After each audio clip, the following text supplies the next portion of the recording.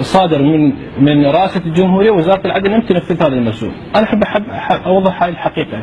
أولا هذا المرسوم 170 مرسوم جمهوري إخوان، هذا 170 مرسوم جمهوري مو بحق الإرهابيين قتلة الشعب العراقي وللانتحارين وغيرهم.